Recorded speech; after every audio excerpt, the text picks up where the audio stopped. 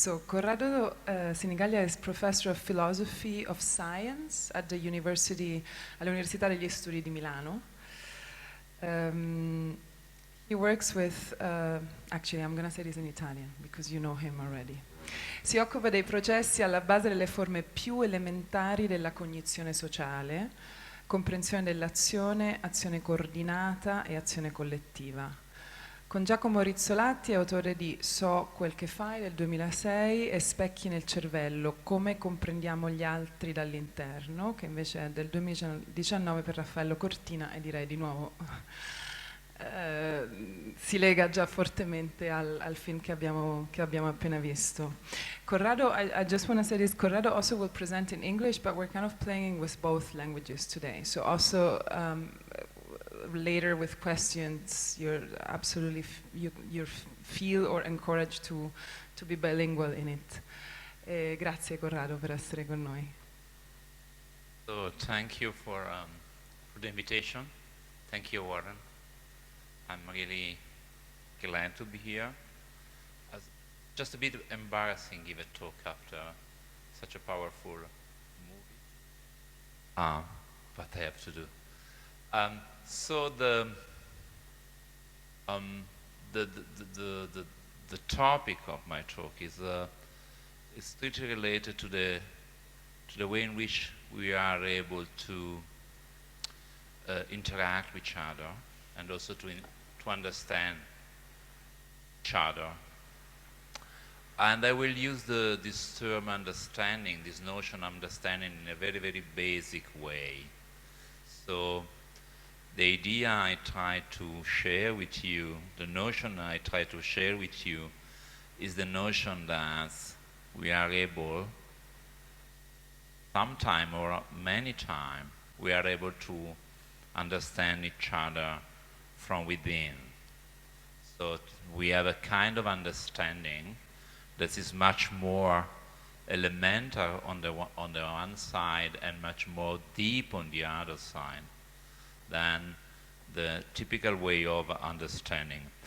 I think that independently on the way, on the language, or on the concepts, or on your culture, the powerful the images you attend and you make experience of, in certain sense give us a nice example of what I mean by I use the notion of understanding from the inside. You don't need to know others people.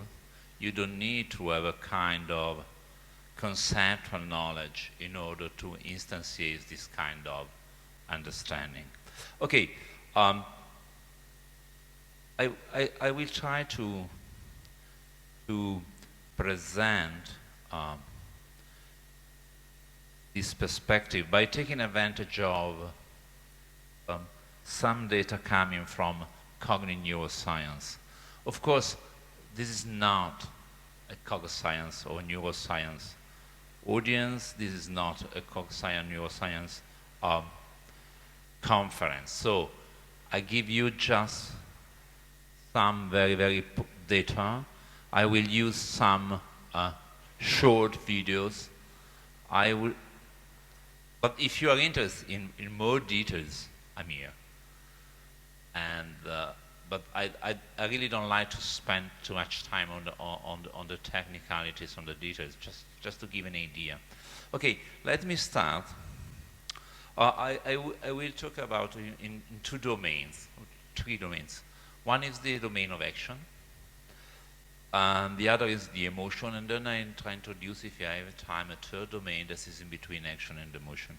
The first domain is action, so that's, you know, maybe you know, that over the last 30 years, there have been so many studies that give us a completely different picture on the way in which our brain works, especially in relation to the capability of our brain to capture others' actions. And the one interesting discovery at the beginning of the 90s has been that there are neurons that discharge. There are intriguing neurons, very, very strange neurons, that have this intriguing property that they discharge both when you are performing a given action and when you are observing someone else performing an action of the same kind. Okay, you can say, well, what's so special about that? For example, it's obvious that my visual cortex became acting when I'm acting and when I'm observing someone else. But as these neurons are not visual, these neurons are typically involved in the planning and production of actions. So these neurons discharge when you are moving. And these neurons are located in the part of your brain that neuroscientists call motor and premotor cortices. So neurons that are responsible of your capability to move, okay? That's really interesting, is that the same neurons discharge when you are moving and when someone else is moving, or when you are observing someone else moving. That is a bit strange, because on the one side it's pretty clear why I have neurons that discharge or become acting when I'm moving. Because this is a part of the motor system. My motor system, the cortical motor system send motor commands to the muscle and they move my arm or my hand. But what's happened? When the same neurons that are involved in my action, planning and production, become acting when the others. That's a bit crazy, because I'm not moving at all. But for my brain, the action I'm observing, they are as I were performing that action. They are elaborated, processed, and represented in the same way as you're just perplexed. I give you an example. This is a very, very, the quality of the video, of course, are not the same of the movie we saw before, but I think that's still powerful.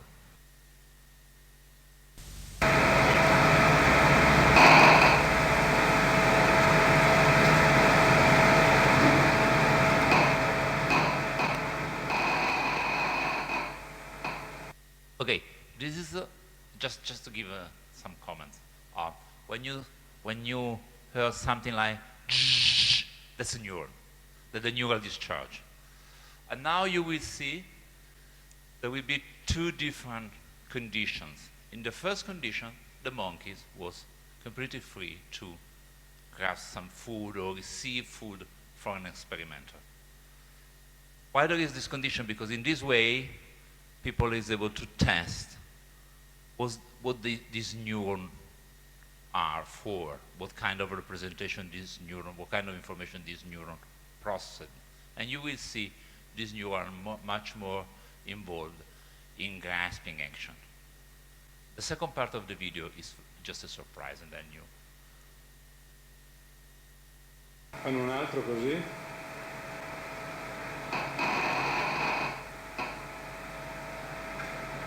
Come prima, feeling. We see. Ancora.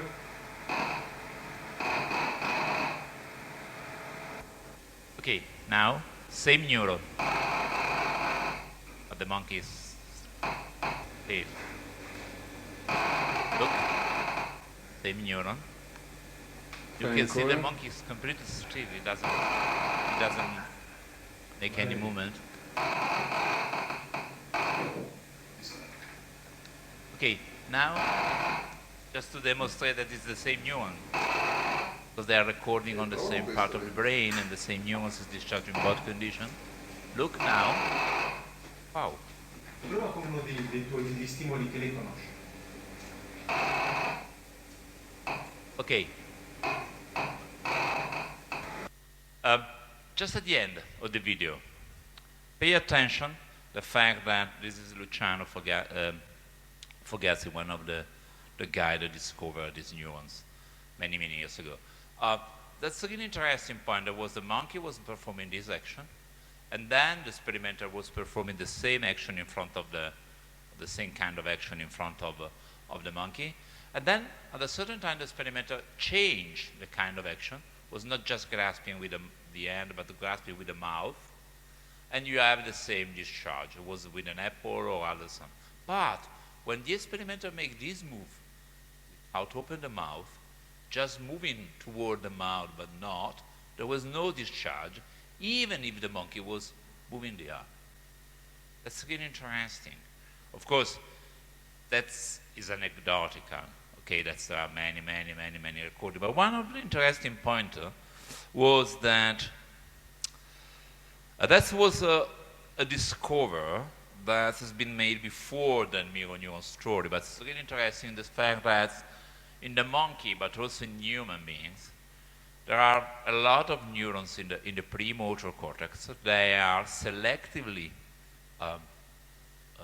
triggered, not just because you are moving some muscle or you are moving a hand instead of the mouth, but when you are performing action with a certain goal type. So in that case, what's really interesting in this picture is that the same neuron discharged in a very similar way when the monkey was opening the mouth for grasping something, a piece of food, or grasping with the left on the right paw. That's really interesting because, just to have an idea, you are two synapses before the muscles. This means that 100 milliseconds before the onset of the movement, in your brain, the action can be encoded in a so general way. So it's not relevant that you are moving the left on the right paw on the mouth. These neurons say grasping, grasp. And if you remind that there was another interesting experiment, I'm sorry, I don't spend time in recovering video, but the monkey was trained to use a plier, two different types of pliers, a normal plier and a reverse plier. Usually reverse plier, so we people like escargot, like eating escargot, use usually reverse plier in eating the escargot. What kind of plier are? These pliers are of this way. When you have to open the plier, you have to close the finger. When you have to close the plier, you have to open the finger. So there is an opposite sequence of movement between the finger of the hand and the plier. Why this is interesting? Because if these kind of neurons are selective to the goal of the action and not just to all kinematic patterns, the neural discharge of this neuron will be aligned not just with the finger movements but with the type movements. And that was found. So what's really interesting is that these neurons are able to discharge when the monkey was performing a grasping action, even when the monkey used an inverse plier, by which it has to open the finger in order to close the plier. Why this is interesting? Because this seems to suggest that our motor system is, the primal motor system, the monkeys, but also our motor system, is good enough to capture not only just the kinematic low level, but also the goal high level dimension of action. Why this is interesting? This is really interesting if you assume, if you have to do with action, and if you have to do with this kind of representation of action, not only when you are performing an action, but also when you are observing someone in action. We say, I told you, these neurons have these intriguing properties, the mirror neuron, to discharge both when you are performing or when you are observing, and when you are observing someone else. What the neuron do is always the same, representing action in a certain way, representing action goal in a certain way, when you're doing or when you're observing. And the idea is that because neurons are not intelligent agents, are just cells, and what they do are always the same, when these neurons that are motor discharge when you are observing someone else's action, they transform the visual information about the other actions in a motor process, in a motor representation of these actions. And this is the reason why you were processing the action you are observing as you were performing that kind of action. Of course, you don't need to perform, you don't need to imitate the others. It's just a matter of your brain. If you are observing someone else grasping something, in your brain, part of your brain are processing the action as you were performing that action. In this way, you have your motor system is a part, not only on the way in which you are performing an action, but also on the way in which you are observing an action. This is an interesting point because it seems to suggest that, for instance, to the extent we share our motor capability, to the same extent we share the capability to understand each other, to represent the action of others as this action were our own action. And if you pay attention on this point, I think that is a part of our everyday life, the fact that we are able to capture other actions, especially when these actions are very close to our motor domain. Imagine the case of expert. I don't know, there is someone of you who is an expert in playing piano, playing guitar, playing what you want, or play football. If you are an expert in something, when you observe other action, you immediately see what is crucial or not. You don't need to pay attention of, you don't need to think of. It's just immediate. In a certain sense, you resonate with the action you are observing. And this kind of a resonance is very strong, but is related to the kind of action you are expert of. Not to everything. Just to give an example, this is a very nice experiment from many years ago, but give a very strong example. On the left, on the picture on the left, you can see that there are 3 different species, animal species. PhD students, 1, monkeys and dogs.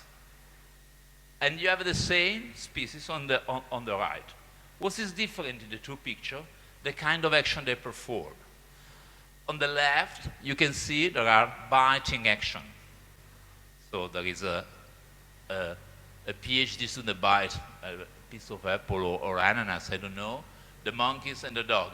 On the right, PhD students, monkeys and dogs are performing very different action. The human being is performing, is speaking. There is no volume. You see the video, you are just reading his lips. In the case of the monkey is moving the mouth in a way that is like grooming. So when they have groomed to each other, and the dog was barking. So the participants were presented with this video without any volume, just visual information. And what happened in the brain? That's really interesting. Okay, when participants were observing man, monkeys, and dogs biting, they have a very nice recruitment in the red part of the brain, part of this red activity in the so-called mirror system. So premotor and parietal areas that are typically involved when they are biting are also recruited when they are observing someone else biting. It's not crucial that you are observing a monkey, a human being, or a dog.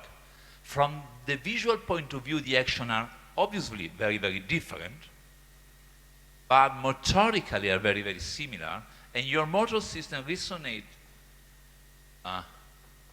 with respect to this action just because you can represent this action from the inside. But things were different from the other. Okay, lip reading, that is the beautiful, you can see the yellow. There's a strong activation in the Broca area, so the language area. Interesting because people was not speaking, was just reading the lips of someone else speaking. But for his brain, for their brain, it were as if they were speaking, but they weren't. Interesting when there was the lips making, the activation are very, very small in the middle part of the brain, where there is the motor system. And that's interesting because some participant at the end of the experiment told us, it looks like the monkey was speaking. So they had this impression that the monkey was speaking. Of course, they know that they can't, that the monkey can speak, but they have this kind of feeling. And it was interesting because this feeling correlates with their activation in the Broca area. But what happens with the dog? No activation at all in the motor system. Why? And the question is simple. Are you able to bark? So barking is a part of your motor repertoire? No. Of course, you can realize that the dog is barking, but it's not part of your motor system. It's a kind of action you can describe from the outside, but not from the inside. It's something that you cannot incorporate. And that's really interesting. Starting from these experiments, some years ago, and also recently, Giacomo Rizzolatti and myself proposed the idea that this mechanism may be at the basis of the understanding of other action for two reasons. The first one, because this mechanism, the mirror mechanism, recruits the same representation we are using when we are acting, and this representation may be related not just to a single part of the action, but to the goal of the action, so the outcome to which the action is directed. And the second idea is that what is changing with the fact that we are using our motor resources when you are observing someone else and when you are understanding someone else. And our conjecture was that this kind of information enables us to enter in the action of others, not just in the head, but in what they are doing, just because we are using the same sources that we would use if we were acting instead of just observing other action. To give an example, how can you measure this from the inside or from the outside perspective? Yes, I'm with you. Yes. When I was a child and my brother would be hit or punished, there was a certain age when I would cry and I would emulate or have empathy, and I'm kind of bringing this back to the film, okay? I would have empathy for my brother being punished, right? And then what happened was it came to a certain age when I no longer was doing that. So I think that's a very interesting paradigm for your discussion of mirror neurons, that we can learn to suppress this kind of empathic reaction in the mirror neuron system so that we don't feel the same thing that we feel. Right? Is that true? Absolutely. But that is just a part of the same story. Because, just to give an example with the action, because emotions are too powerful. Just to give an example of the action. When I say I'm representing the action as if were acting myself, but not just observing, I use this as if, because I don't need to act. So I don't need to imitate yourself. So you are performing an action in front of mine. I don't need to. So we can use the notion of resonance in two levels, two distinct levels. A very, very low is typical when people tend to imitate other people. And also there is this kind of automatic imitation. And this kind of automatic imitation is very powerful from, a social point of view. So, for instance, when you, there is a lot of evidence that suggests that people tend to move in the same way. If you spend more time with some people, you also walk in the same way. You tend to move just for affiliation, you know. It's very easy. Also, and also we know that the same when people laugh, all the other people, even if you don't laugh, your muscles are activated as you were laughing. So, on the other side, there is the fact that this kind of stuff is just in your brain, in your mind, but you don't need to have an over manifestation of that. So I'm observing you, my brain is processing the action in that way, as if I were acting, but I don't need to have any emulation, any imitation, any over answer. In the case you do, you can see two things. One is there is this binding, very strong binding, because I'm not just mirroring your emotion, but I'm in certain sense have a kind of feeling about your feeling. And then I can still have a mirroring of your emotional state without have a feeling about your feeling. So the two things are not identical.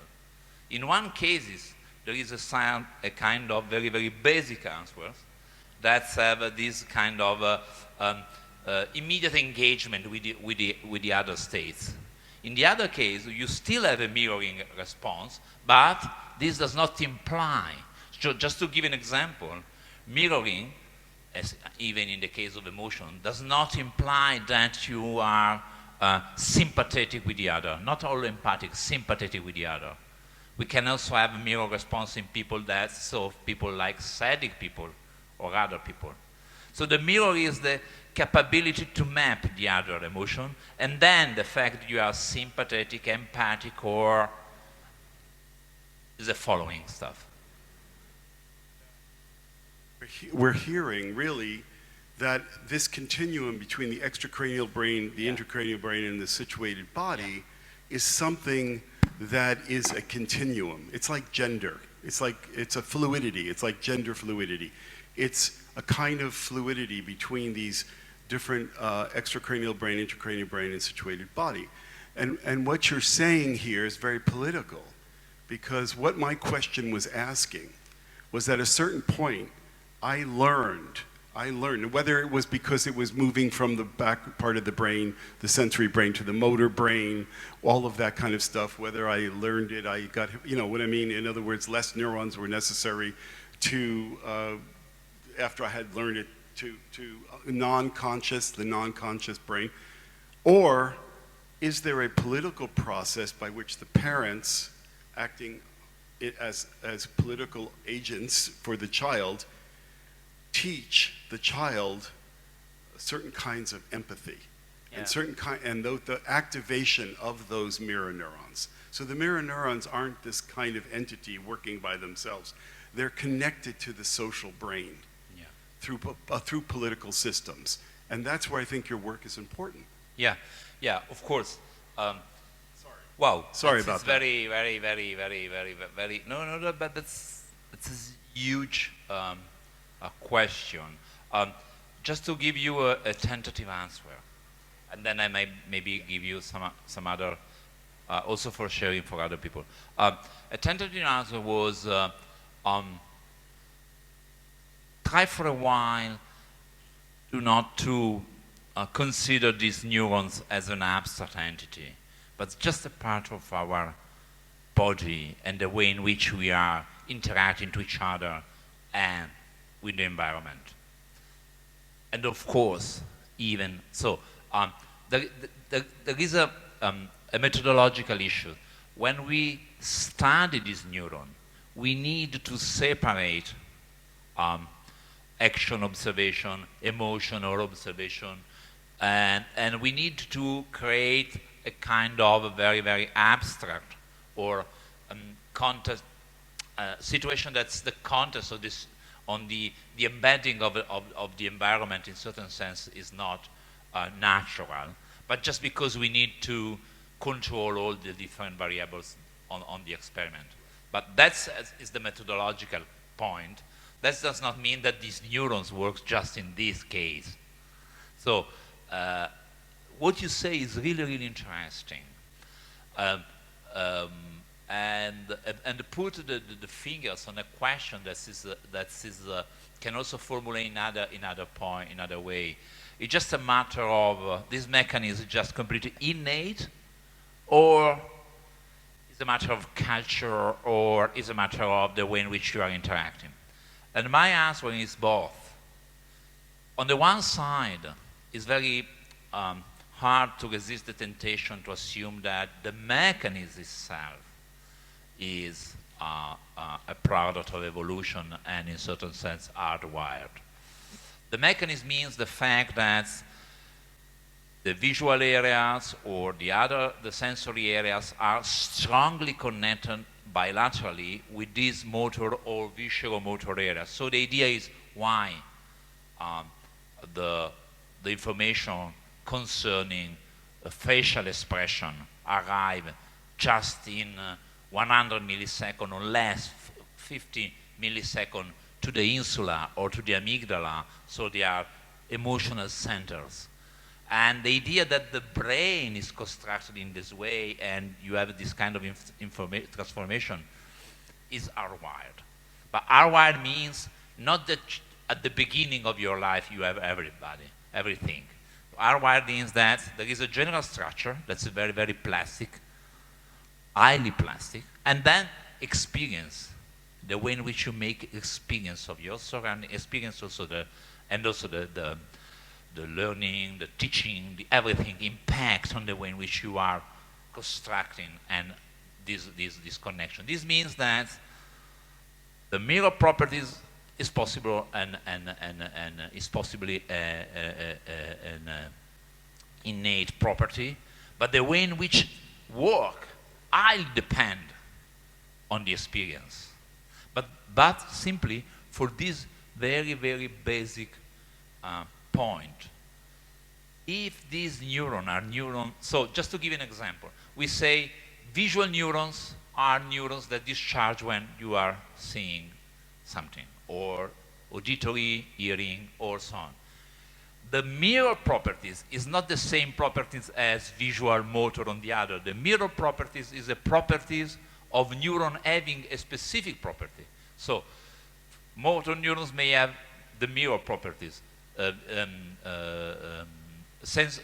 Visual motor neurons may have the mirror properties. Means is another qualification, another type of qualification. Or in the way in which you are representing or changing the way in which you are representing the action, or the way in which you are feeling an experience, if you change this way, you also have a different way of mirroring the others.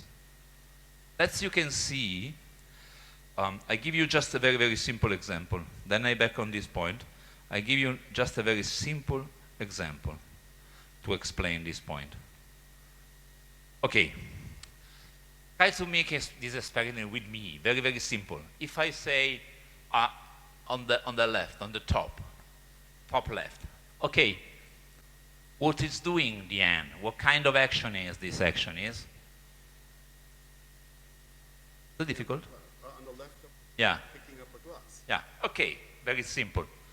The second action is, yeah, picking the glass in another way. The third action is just touching the glass, okay? It's easy. It's not complicated, there is not something wrong. It's very simple. Now, if I'm asking, okay, the hand is picking up the glass for the first, drinking. The second, drinking is moving. The third is just touching. Okay, It's not so difficult. And you can also say drinking, even if there is no water in the glass. But you know, the grip suggests the drinking. Yeah, it's not so difficult, okay?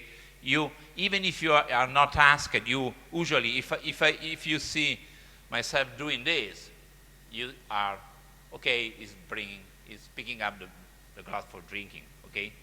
Is grasping the glass for drinking. All the same is with the phone. I'm sorry, this is a very, very old style phone, but you know. Okay. But the question is the same for everybody? Everybody is able to answer in that way? Not everybody. Just to give an example, we make this experiment, very simple experiment, provide this kind of picture to normally developed children and to autistic children. What was really interesting? You can see the autistic children are in blue. And the question what is doing in the end? They have no problem. The same, the error rate is the same, the accuracy of the answer was exactly the same. On the why question, they have no problem when the end is grasping objects and using the objects according to their proper function. So glass for drinking, a phone for calling, and so on and so on. What's very interesting was the problem is that autistic children had the problem to understand why an hand is grasping in this way. And this is just placing. For us, it's not so difficult, okay? But why it was difficult? Because when you have to understand an action like this, you can use at least two different kinds of information. One is information about the semantic, the pragmatic of the object. Glasses are for drinking. The other is about the shape of the hand. This shape suggests drinking. This shape suggests placing. This shape suggests placing. This shape suggests opening. Okay? It's very simple. And what's really interesting is then, in the second case, you have a conflicting information between the semantic of glasses, drinking, and the grasp, is placing. The interesting, in our cases, sometimes, not always, but sometimes, is more important the way in which people interact with the object with respect to the semantic of object. We don't use objects and tools just in the way in which the tools are for. Can also use for passing or for doing other things. And it's really interesting the way in which we interact in order to understand what we are doing. For the autistic children, semantic of objects is much more important. So people like autistic children try to understand what the other are doing on the basis of what things are for. But that's really interesting because we have other data, I don't have here the data, that demonstrate that also when they are performing action, autistic children have troubles in organizing action motorically in terms of goal and in terms of sub-goals. So they perform action and they're kinematic and also at the brain level as they were a certain kind of a computer. So step by step, but not in a holistic way with respect to the goal. And that's explained also when they are examining the action of other, they fragmented all the details on the scene, but they miss the goal of the other action, unless the goal of the other action is consistent with the semantic of object. But you know, if you interpret what the other will do, all just on the basis of the object around, it's not so easy, because and on the basis of the semantic of the object, because people is acting in a more variable way. We don't grasp every. Whenever we grasp a glass, it's not just for drinking. Okay? If you have a grip or a posture that's incompatible for drinking, but for the other, you are assumed to drink. That is a trouble in understanding. And that is just coming to your point. This means that autistic children have no mirror neurons? We don't know. This means that they encode the motor information differently.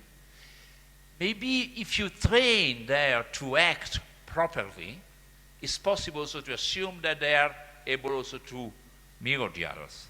But the difference in what you are doing and the experience in the action you have may be reflected in the way in which, in differences in the way in which you are capturing others. Culture. It would be really interested on 2 points on your point. The first, certain strategy of culture are based on the fact that we understand each other very, very quick, very, very fast from the inside. And also, even if you try to separate this kind of empathy from, it's because you are. And also, we have to, it could be interesting to test maybe that, but we have also to focus on the fact that the differences between us with respect to the mirroring are not differences in terms of 1 or 0, of course. When we are studying that, we need to put the differences all together in order to study the statistic level of the activation. But it could be very interesting for the future, study how the motor system or the mirror responses may change step by step according certain learning process or educational strategies and so on. But that's very, very, it's a very, very long study. That's for action. Let me just go, let me give you just another very simple example what I mean by understanding from the inside. That is very, very simple. Okay, this is a study that we did some years ago, and you can also see the high level of our technology in studying this. This study tried to capitalize the way in which people are observing the action of others. And we know that the hypothesis is this: when we are acting, our eyes arrive on the target much before than our hand. So we are proactive in gaze. We are anticipating. And the idea is what happens when we are observing others. And if we are using the same motor processing, we expect that also when we are observing others, we are proactive, and we are practicing the same way when we are acting ourselves. And the idea is very simple. I hope it works. So you can see how fast. So the blue dot is the gaze of the observer, the fovea of the observer. Look, wow. So it's a very simple action, and the observer gets the target very, very fast before the end. Now the question is, what happens when you are observing the same action, but the end is giving you no motor information? So the end is moving like in that way, just the same trajectory. The kinematic is completely the same, but you have no information on the shape. Please look. So you cannot use your motor system, and you are observing the end, and you don't know what it's doing. What's really interesting is that the same happen if you, with the TMS, induce an interference in the brain of the observer, as if he, in the same area that the observer would use if she were acting. Look, now in the video,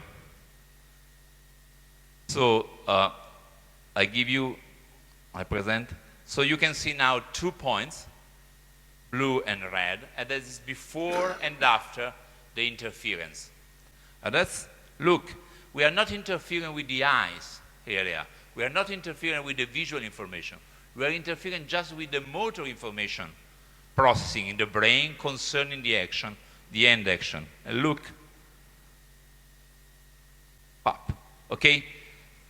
Before is arrived on the right, yes, but after you see where is the gaze after the TMS when you are interfere with the brain, with the mirror neuron stuff? It's very late. All right. So the difference between using or not using your motor system is around 200 milliseconds. And a colleague of mine told me, what matters? What matters if you are looking at the other action and you arrive to the target of the other action and on your guess the goal of the other action 2 or 3 hundred milliseconds later. Okay, if you are buying or if you are buying your food in a supermarket, it doesn't matter. But if you are living in the savannah, it matters. Because this mechanism, a very, very old mechanism, understanding what will happen 2, 3, 400 milliseconds before the end of the action is the difference between being dead or alive. Okay, just very, very few minutes on the emotional side. We know, for instance, that the same mechanism exists also in the case of disgust. So, being disgusted or observing someone else having a grimace of disgust recruit the same, a similar portion of the anterior insula. That's really interesting because in this paper, the author used this very, very nice title, "We are both disgusted in my insula." This does not imply that we are both disgusted. So, if I'm observing you on a grimace of you, a disgust grimace of you, I don't need to be disgusted in order to capture your disgust. What's really interesting is the fact that there is a difference if you are or are not recruiting your motor system. Just to give you an example, there are some patients. Damasio had very nice stories about the patient. She had a bilateral lesion of the anterior insula.